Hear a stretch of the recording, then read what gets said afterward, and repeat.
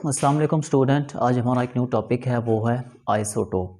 Isotope, उसकी definition क्या है, आइसोटोप का इस्तेमाल कहाँ कहाँ पे होता है, ठीक है, इसके एप्लीकेशन यूजेस वगैरह हम सब कुछ आज इस चैप्टर में पढ़ेंगे, इस टॉपिक में। तो सबसे हम पहले आते हैं इसकी डेफिनेशन की तरफ। इसकी डेफिनेशन क्या है, कहता है एटम्स ऑफ एन एलिमेंट्स, ऐसे एलिमेंट्स के एटम्स जिनके एटॉमिक नंबर जो हैं वो सेम हो लेकिन उनके मास नंबर क्या हों, डिफरेंट हों, तो उसको हम कहते हैं आइसोटोप्स। दोबारा बताता हूँ, कहता है ऐसे एलिमेंट्स के ऐसे एटम्स, कहता है एलिमेंट्स के ऐसे एटम जिनके एटॉमिक नंबर जो ऊपर होता है वो होता है एटॉमिक नंबर, ठीक है, और जो नीचे होता है वो होता है मास नंबर। कहता है जिनके एटॉमिक नंबर जो हैं वो सेम हो लेकिन मास नंबर जो हैं वो मुख्तलिफ हों, लेकिन जो मास नंबर क्या हों वो मुख्तलिफ हों, उसको हम कहते हैं आइसोटोप्स। और आगे ये भी कहता है वो कि they have same electronic configuration, इनकी जो इलेक्ट्रॉनिक कन्फिग्रेशन है वो भी सेम होती है, बट इसके जो नंबर ऑफ न्यूट्रॉन्स हैं, नंबर ऑफ इनके जो मास नंबर हैं वो मुख्तलिफ होते हैं। और आगे ये भी कहता है कि इसके जो फिजिकल केमिकल प्रॉपर्टीज़ हैं वो सेम होती हैं, क्योंकि वो डिपेंड करती हैं किसके ऊपर, इलेक्ट्रॉनिक कन्फिग्रेशन के ऊपर, लेकिन इसकी जो फिजिकल प्रॉपर्टीज़ हैं वो मुख्तलिफ होती हैं क्योंकि वो डिपेंड करती हैं किसके ऊपर, मास नंबर। क्योंकि इसका मास नंबर जो है वो डिफरेंट होता है, इसलिए फिजिकल प्रॉपर्टीज़ किस पे डिपेंड करती हैं, फिजिकल प्रॉपर्टीज़ डिपेंड करती हैं मास नंबर पर, क्योंकि वो मुख्तलिफ मास नंबर मुख्तलिफ होता है किसकी निस्बत, एटॉमिक नंबर की निस्बत, इसलिए फिजिकल प्रॉपर्टीज़ ये हैं मुख्तलिफ हैं। तो सबसे पहले हमारे पास जो एग्जांपल है वो है आइसोटोप्स ऑफ हाइड्रोजन। हाइड्रोजन के कितने आइसोटोप्स हैं, हाइड्रोजन के 3 आइसोटोप्स हैं, ठीक है, हाइड्रोजन के कितने आइसोटोप्स हैं, 3। फर्स्ट ऑफ ऑल हमारे पास है प्रोटियम, नेक्स्ट से हमारे पास ड्यूटियम, फिर है ट्रीटियम। तो सबसे पहले जो हमारे पास है कहता है नेक्स्ट, ये भी कहता है कि नेचुरली अक्यूरिंग हाइड्रोजन इन कम्बिनेशन, ये 3 आइसोटोप्स का एक मजमूआ है और ये कुदरत में मुख्तलिफ अबंडेंस में पाया जाता है। इसकी जो परसेंटेज है वो क्या है, ठीक है, वो भी मैं आपको बताऊंगा इस टॉपिक में। तो सबसे पहले हमारे पास क्या है तो सबसे पहले हमारे पास पे है प्रोटियम, वो है प्रोटियम। उसको कैसे लिखते हैं, प्रोटियम को उसने कुछ इस तरह से शो किया है, ठीक है, ये है हमारे पास प्रोटियम के बाद सेकेंड नंबर पे आता है ड्यूट्रियम, क्योंकि उसके 3 आइसोटोप्स हैं तो सेकेंड नंबर पे ड्यूट्रियम आता है। उसने इसको कैसे शो किया, ठीक है, और थर्ड नंबर पे आता है ट्रीटियम, TRITIUM, ट्रीटियम। उसने इसको जो है वो कैसे रिप्रेजेंट किया है, ट्रीटियम को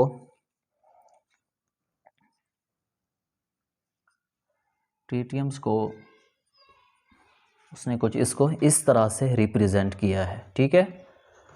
अब नेक्स्ट कहता है कि each of one of them has 1 proton and 1 electron. कहता है इस हर एक में क्या है, एक प्रोटॉन है और एक इलेक्ट्रॉन है, ठीक है, एक प्रोटॉन है इसके अंदर और एक इलेक्ट्रॉन है। नेक्स्ट कहता है कि बट नंबर ऑफ न्यूट्रॉन्स और डिफरेंट, लेकिन इसमें जो नंबर ऑफ न्यूट्रॉन्स हैं वो कहता है ये क्या है, मुख्तलिफ हैं। इसका 1 है तो इसका 2 है और इसका 3 है, नंबर ऑफ न्यूट्रॉन्स जो है यहाँ पर डिफरेंट हो गए हैं। तो उसने उसको कुछ प्रोटियम को ऐसे रिप्रेजेंट किया है,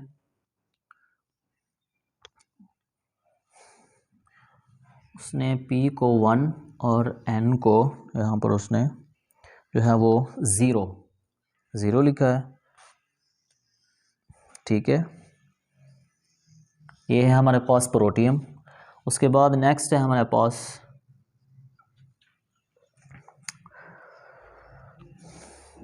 P को भी 1 और N को भी उसने 1 दे दिया, ठीक है, ये है हमारे पास ड्यूट्रियम के बाद अब आई आती है ट्रीटियम की। इसमें P1 है लेकिन N जो है वो क्या है, नंबर ऑफ न्यूट्रॉन यहाँ पर क्या है, 2 है, इसमें नंबर ऑफ न्यूट्रॉन्स क्या हैं वो मुख्तलिफ है। देखें इसका जो मास नंबर है इसमें 0 है, इसमें 1 है, इसमें 2 है, लेकिन जो इसका एटॉमिक नंबर है वो सेम है। ऊपर वाला ये क्या है, एटॉमिक नंबर, ये भी 1 है, ये भी 1 है और ये भी 1 है। प्रोटियम का एटॉमिक मास भी 1, ड्यूट्रियम का एटॉमिक मास भी 1 और ट्रीटियम का एटॉमिक मास भी 1, लेकिन इसके जो एटॉमिक नंबर के अलावा जो मास नंबर है वो इसका 0 है प्रोटियम का, ड्यूट्रियम का 1 है और ट्रीटियम का 2 है। ठीक है, ये है हमारे पास आइसोटोप्स ऑफ हाइड्रोजन। इसके बाद नेक्स्ट बारी आती है आइसोटोप्स ऑफ कार्बन की। अब है हमारे पास आइसोटोप्स ऑफ कार्बन।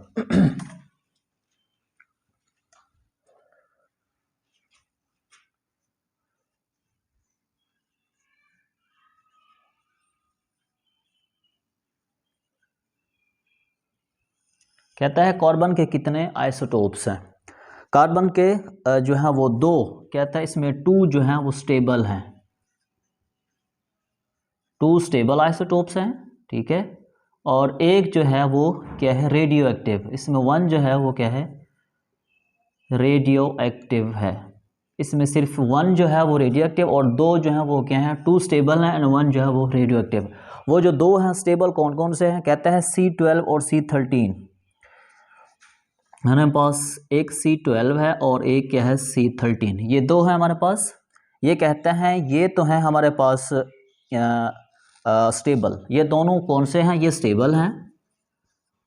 लेकिन इसके अलावा जो हमारे पास कहता है C14 है, C14 जो हमारे पास एक और था C14, वो है हमारे पास रेडियो एक्टिव।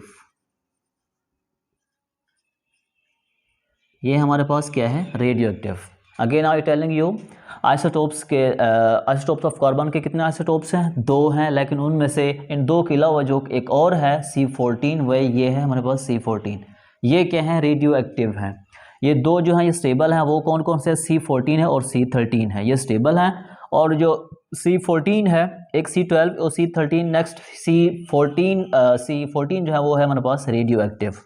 अब मैं आपको बताऊंगा कि ये अबंडेंस इसकी क्या है इस कायनात में। कहता है कि the isotope C12 is present abundance, तकरीबन कहता है जो हमारे पास C12 है, ये वाला C12 है, इसकी इस कायनात में जो अबंडेंस है वो कितना है, 98.9% इसकी अबंडेंस है। ठीक है, और जबकि जो हमारे पास C13 और C14 है, ये हमारे पास C13 और जो C14 है, इनकी अबंडेंस इस कायनात में कितनी है, वो है कहता है सिर्फ 1.1% ओनली। ठीक है, अब मैं आपको दोबारा बताता हूँ। आइसोटोप्स ऑफ कार्बन में 2 आइसोटोप्स हैं, 2 के अलावा एक और है, वो है हमारे पास C14। जो 2 हैं वो स्टेबल हैं, एक हमारे पास C12 12 और एक है 13, C12 और C13 ये दोनों स्टेबल हैं। और जो C14 है ये हमारे पास ये रेडियो एक्टिव है। रेडियो एक्टिव का मतलब वो होता है जो सुरायत, ज़्यादातर सुरायत कर जाए, ठीक है, किसी जिस्म में धंस जाए। और ये जो 2 हैं ये इनमें से ये स्टेबल हैं, ये स्टेबल नहीं है, ये रेडियो एक्टिव है। इसमें जो C14 है, C12 है, उसकी जो अबंडेंस है इस कायनात में वो 98.9% है, जबकि C13 और C14 की जो अबंडेंस है इस कायनात में वो सिर्फ 1.1% सिर्फ इस कायनात में ये पाए जाते हैं। किसके, कार्बन के आइसोटोप्स। इसके अलावा इसको उसने कुछ रिप्रेजेंट किया है फिगर की फॉर्म में। उसने इसको आइसोटोप्स ऑफ कार्बन को,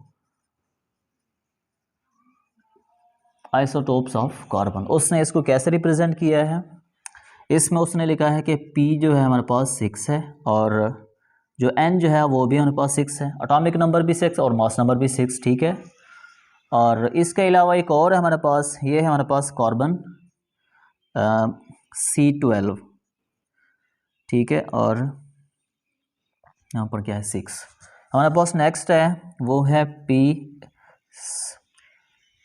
ये हमारे पास 6 है, लेकिन इसमें जो मास नंबर है वो है 7। मास नंबर चेंज हो गया क्योंकि ये आइसोटोप से उसका मास नंबर जो है वो चेंज होता है।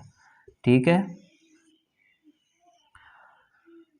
इसको उसने दिया है C13/6। इनके एटॉमिक नंबर देखें सेम जा रहे हैं, लेकिन मास नंबर जो है वो मुख्तलिफ होते जा रहे हैं। नेक्स्ट है हमारे पास P = 6 बट N = 8।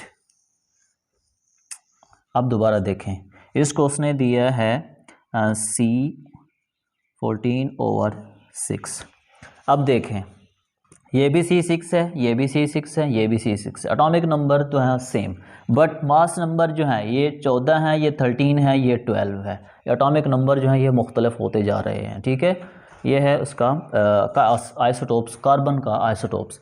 इसके बाद नेक्स्ट बारी आती है आइसोटोप्स ऑफ क्लोरीन। क्लोरीन के कितने आइसोटोप्स हैं उसके बारे में भी आपको बताता हूँ।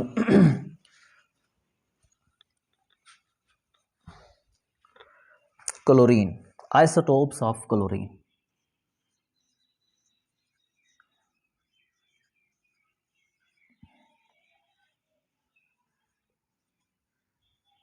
ये आमतौर पर क्वेश्चन आता रहता है। ये पूछ सकता है कि किसके कितने आइसोटोप्स हैं और इसके अबंडेंस जो है वो कितनी पाई जाती है इस कायनात में। तो आप इजीली बुक में भी दिए गए हैं, आप इजीली बता सकते हैं कि किसकी अबंडेंस कितनी है और कौन सा स्टेबल है, कौन सा रेडियो एक्टिव है, वो ये भी आपसे पूछ सकता है। कहता है कि क्लोरीन के जो है वो 2 आइसोटोप्स हैं। कौन कौन से? एक है हमारे पास, फर्स्ट ऑफ ऑल ये हमारे पास क्लोरीन है 35/17, ठीक है। और एक नेक्स्ट है हमारे पास और, ठीक है, इसमें क्या है 37/17, इसमें 37 और 17। देखें ये भी 17 है, ये भी 7, इनके एटॉमिक नंबर जो हैं वो क्या है, सेम है, बट मास नंबर जो है ये हमारे पास क्या है, मास नंबर मुख्तलिफ हैं। ये 35 है और ये 37 है, बट इसके जो एटॉमिक नंबर हैं, ये एटॉमिक नंबर हैं, ये क्या हैं, ये सेम जा रहे हैं। क्योंकि डेफिनेशन में भी कहता है कि एलिमेंट ऐसे एलिमेंट्स के एटम जिनका एटॉमिक नंबर सेम हो लेकिन मास नंबर मुख्तलिफ हो, वो क्या कहलाते हैं, आइसोटोप। तो हम आइसोटोप्स की बात कर रहे हैं, तो इनके एटॉमिक नंबर जो है ये सेम है बट मास नंबर जो है ये मुख्तलिफ हैं, तो ये भी आइसोटोप्स हैं। और इसके बाद नेक्स्ट कहता है 4 नंबर पे, 4th नंबर पे कहता है कि आइसोटोप्स ऑफ यूरेनियम।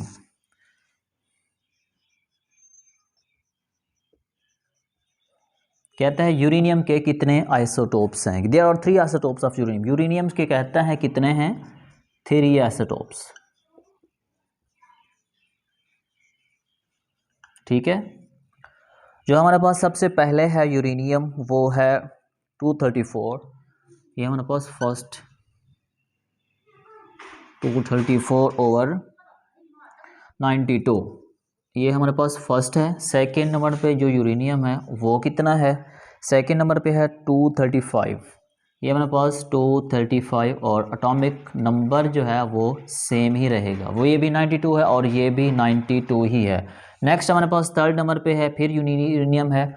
यहाँ पर जो एटॉमिक नंबर है वो तो 92 है बट इसका जो मास नंबर है वो मुख्तलिफ होगा, वो है हमारे पास 238, ठीक है, वो है हमारे पास 238।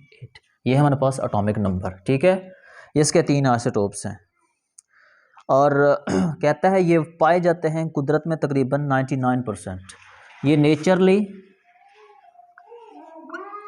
नेचरली तकरीबन 99% जो है इस कहता है इस दुनिया में ये तकरीबन 99% जो है ये कुदरत में पाए जाते हैं। कौन से? यूरेनियम के 3 आइसोटोप्स हैं। फर्स्ट ऑफ ऑल 234, 92, फिर नेक्स्ट है हमारे पास ये फर्स्ट है, ये सेकंड है, ये थर्ड है, ये 235 है, ये 238 है। ये दोनों जो है कहता है ये तीनों जो है तकरीबन 99% जो है ये तकरीबन इनकी अबंडेंस है इस जो है वो दुनिया में पाए जाते हैं।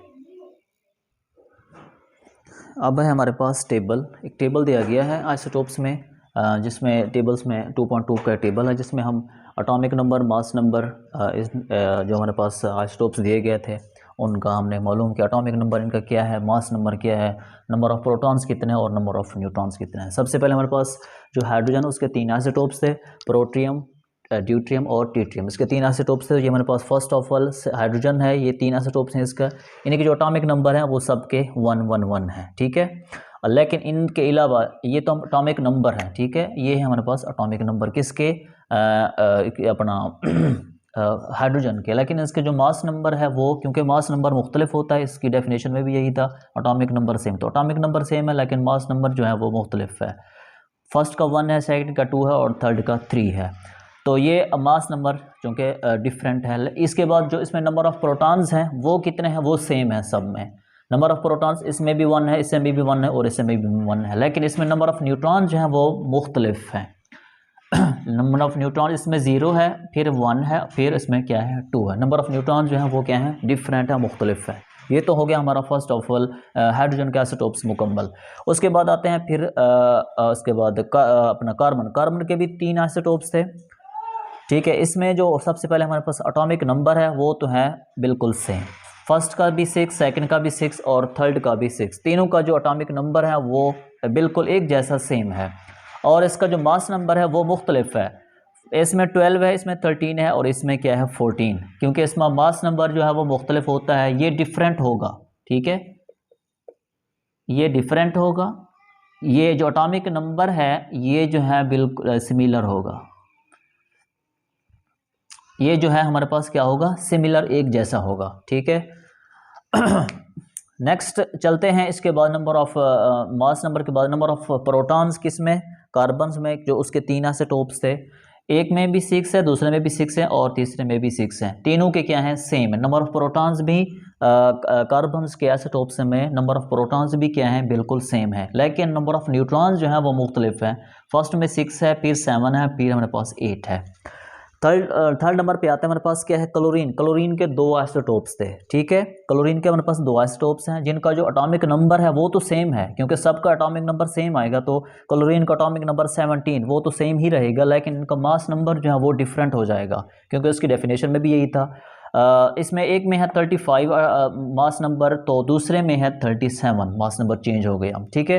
नेक्स्ट हम चलते हैं फिर number of proton. Number of proton जो है ये भी हमारे पास सिमिलर सेम रहेंगे, ठीक है। तमाम एलिमेंट में ये जो है ये डिफरेंट रहेंगे, ये हमारे पास क्या रहेंगे डिफरेंट। इसमें भी 17 है और इसमें भी 17 में किसका, क्लोरीन का, दोनों का अपना नंबर ऑफ प्रोटॉन्स भी सेम है और एटॉमिक नंबर भी सेम रहेगा, बट मास नंबर मुख्तलिफ रहेगा और नंबर ऑफ न्यूट्रॉन्स भी, ये दोनों मुख्तलिफ होंगे, ठीक है। ये दोनों मुख्तलिफ होंगे, बट ये दोनों आपस में सेम रहेंगे। एटॉमिक नंबर और नंबर ऑफ प्रोटॉन्स ये सेम रहेंगे, मास नंबर और नंबर ऑफ न्यूट्रॉन्स ये डिफरेंट रहेंगे। तो लास्ट में हमारे पास यूरेनियम के 3 आइसोटोप्स थे जिनका एटॉमिक नंबर 92, 92 प्लस 92, ये तीनों का जो एटॉमिक नंबर है वो तो है बिल्कुल सेम, लेकिन इनका जो मास नंबर है वो तो ऑलरेडी डिफरेंट है।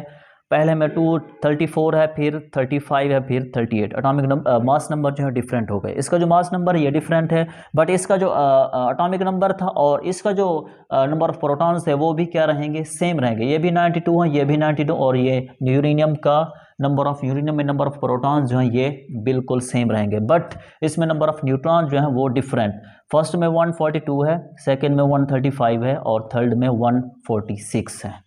तो ये था हमारा टेबल जिसमें सिंबल्स वगैरह दिए गए थे, ये हाइड्रोजन के, कार्बन के, क्लोरीन के, फिर यूरेनियम्स के, हम इसके एटॉमिक नंबर तो मालूम कर लिया। लेकिन इसके बाद एक और टॉपिक है नेक्स्ट, इसके एप्लीकेशन और यूजेस। अब है हमारे पास इसकी एप्लीकेशन, आइसोटोप्स की फर्स्ट ऑफ ऑल एप्लीकेशन है, इसका इस्तेमाल कहाँ कहाँ पे होता है। इसकी बहुत सारी ज़्यादा फील्ड में, टेक्नोलॉजी के फील्ड में इसको इस्तेमाल किया जाता है, लेकिन ज़्यादातर इसको हम मेडिसन में इसको इस्तेमाल करते हैं, इसका मेडिसन में बहुत ज़्यादा इस्तेमाल है आइसोटोप्स का। और इसके बाद नेक्स्ट जो इसकी एप्लीकेशन है वो है, कहता है they are applied in diagnosis, radiotherapy में भी आइसोटोप्स को इस्तेमाल करते हैं, and treatment of many diseases, और बहुत ज़्यादा बीमारियों के ख़िलाफ़ आइसोटोप्स को इस्तेमाल करते हैं, जैसा कि जो एक बहुत बड़ी ख़तरनाक सी डिजीज़ है कैंसर, उसमें भी आइसोटोप्स का इस्तेमाल होता है। इसके बाद हमारे पास एक और है, इसके यूजेज हैं। इसकी एप्लीकेशन के बाद जो हमारे पास फर्स्ट यूजेज है, इसको फर्स्ट यूजेज आइसोटोप्स का,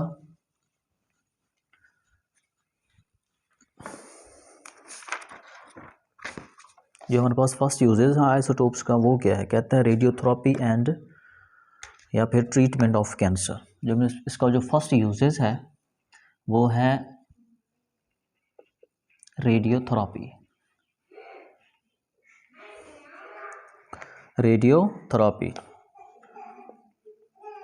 हमारे पास फर्स्ट है रेडियोथेरापी, या फिर इसको कहता है कि ये ट्रीटमेंट कैंसर में इसको इस्तेमाल करते हैं। कैसे कहता है कि for the treatment of skin cancer के लिए isotopes like P32 and SR90, इसमें P32 और SR90 जो हैं इसका इस्तेमाल होता है स्किन कैंसर में, इन आइसोटोप्स को हम इस्तेमाल करते हैं। ठीक है, are use because they emit less penetrating, क्योंकि कहते हैं ये जो है ये लेस गैमा रेडिएशन जो है वो इमिट करते हैं, खारिज करते हैं, इसलिए इसको इस्तेमाल करते हैं। लेकिन नेक्स्ट कहता है कि CO60, हमारे पास जो CO60 है इसको इस्तेमाल करते हैं किसके लिए, affecting with in the body में। It is use because it emit strongly penetrating gamma rays, क्योंकि ये जो है ये इसको कैंसर के लिए इस्तेमाल करते हैं, क्योंकि ये स्ट्रांगली जो है वो इमिट खारिज करती है, इमिट स्ट्रांगली। ये जो है ये लेस बीटा रेडिएशंस खारिज करती हैं, लेकिन CO60 जो है ये स्ट्रांगली जो है इमिट जो है खारिज करते हैं। ये हमारे पास फर्स्ट इसका यूजेज है। सेकेंड नंबर पे जो यूजेज है इसका वो ये है, कहता है ट्रेसर फॉर डायग्नोसिस।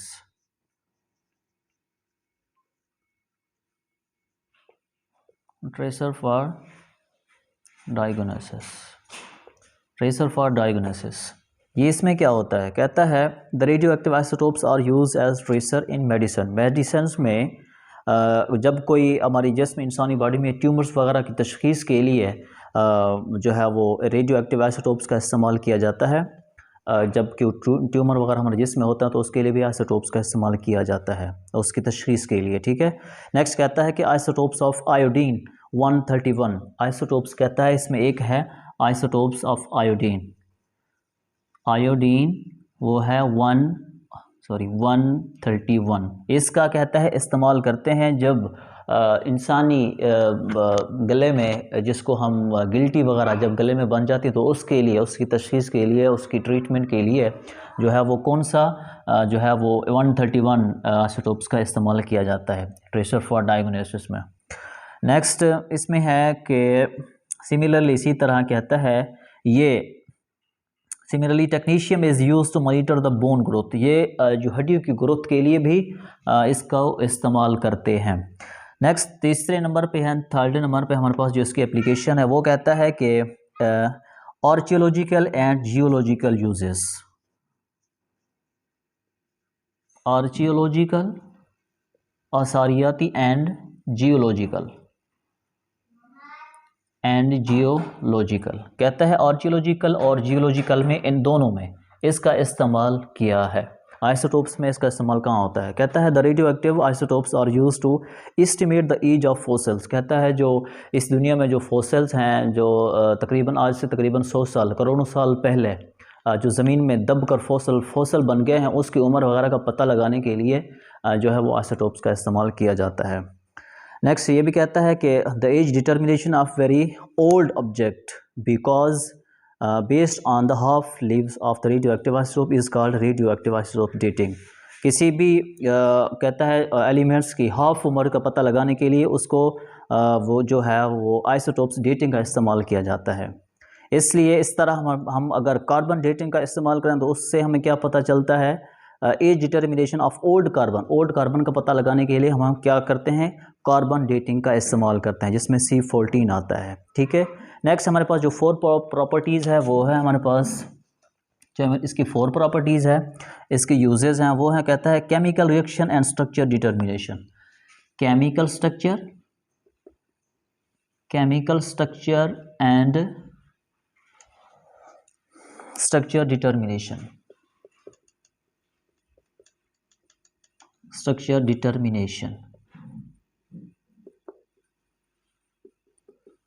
कहता है आइसोटोप्स जो है केमिकल स्ट्रक्चर में और स्ट्रक्चर डिटर्मिनेशन में इसका इस्तेमाल कैसे करते हैं। कहता है the radio active isotopes are used in chemical structure. कहता है कंपाउंड की साख्त मालूम करने के लिए भी हम आइसोटोप्स का इस्तेमाल करते हैं। जब हम किसी कंपाउंड की साख्त वगैरह को मालूम करते हैं तो उसके लिए हम आइसोटोप्स का इस्तेमाल करते हैं। उसके बाद नेक्स्ट कहता है कि फॉर एग्जांपल हमारे पास C14 है, उसको जब हम यूज़ करते हैं लेबल्स के तौर पर, कार्बन डाइऑक्साइड के लेबल के तौर पर हम C14 कार्बन डाइऑक्साइड के लिए, कहता है C14 के लिए उसको लेबल्स करते हैं किसके साथ, C14 के साथ इसको लेबल्स करते हैं। नेक्स्ट है हमारे पास, कहता है कि अगर as carbon dioxide is use as plant for photosynthesis, जबकि कार्बन डाइऑक्साइड जो है वो फोटोसिंथेसिस के लिए, पौधों की नशोनुमा के लिए इस्तेमाल की जाती है। From the glucose its movement is detected through the various intermediate step up to glucose. Next हमारे पास 5th नंबर पे है, वो है application of power generation. Application कि इसका जो है वो बिजली बनाने में कैसे इस्तेमाल करते हैं। Application of power generation.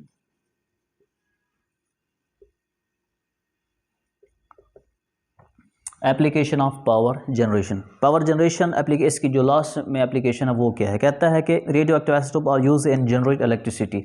बिजली पैदा करने के लिए भी आइसोटोप्स को हम इस्तेमाल करते हैं, रेडियो एक्टिव आइसोटोप को इस्तेमाल करते हैं, क्योंकि कहता है because by carrying out controlled nuclear fission reaction. कहता है न्यूक्लियर रिएक्टर में कंट्रोल जो न्यूक्लियर फिशन रिएक्शन के जरिए बिजली पैदा करने के लिए रेडियो एक्टिव आइसोटोप जो है वो इस्तेमाल करते हैं।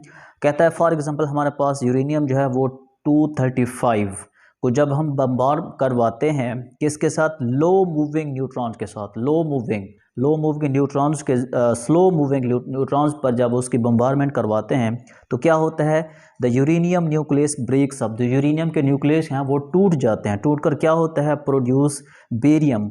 वो टूटकर क्या बना देते हैं, बेरियम बना देते हैं 139 एंड क्रिप्टॉन 94 एंड 3 न्यूट्रॉन, और 3 जो है वो क्या बना देते हैं, न्यूट्रॉन्स बना देते हैं, प्लस जो है वो बिजली बनती है, प्लस एनर्जी जो है वो पैदा होती है। तो उसने उसको केमिकली कुछ इस तरह से लिखा है।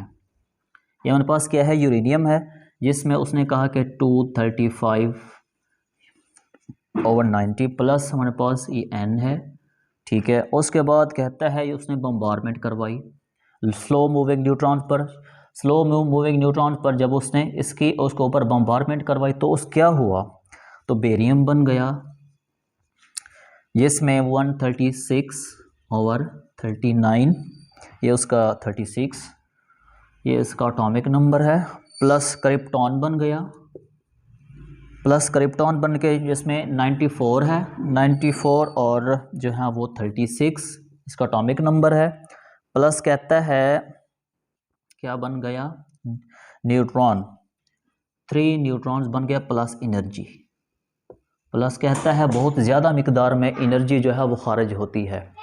लास्ट में ये भी कहता है कि जब large amount of energy is release होती है जब हम पानी को कन्वर्ट करते हैं भाप में, जब हम पानी को भाप में कन्वर्ट करते हैं तो बहुत ज़्यादा मिकदार में कहता है एनर्जी खारिज होती है स्टीम बॉयलर के अंदर।